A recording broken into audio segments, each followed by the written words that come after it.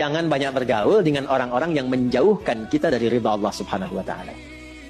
Cari teman yang baik sekarang. Pertama, maaf, bikin kebaikan di rumah tangga dulu. Itu kan teman hidup. Ya.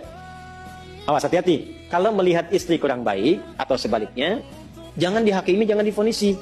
Justru Allah kirimkan antum itu untuk menebarkan kebaikan dan menyempurnakan kesemaan bersama. Jelas? Jadi sekarang yang dilakukan teman hidup dulu. Rubah jadi baik dulu. Anak-anak jadi baik dulu. Setelah itu cari tempat tinggal yang baik. Bergaul dengan orang baik. Antum yang kuliah cari teman yang baik. Antum yang kerja cari teman yang baik. Maaf. Kalau ada tawaran, kedudukan ke hartanya berlipat, tapi menjauhkan Anda dari Allah, ingat ini. Thumma amatahu fa akhbarah. Ingat saat ditawari itu Anda meninggal. Dikubur. Dan ingat ancamannya. Ingat pasalnya tuh. Ya, ingat suratnya. Paham? Nah, karena itu masukkan ayatnya, jangan sekali-kali menjadikan keadaan di sekitaran kita justru memperkuat datangnya ancaman Allah dan nestapa saat kembali ke alam kubur.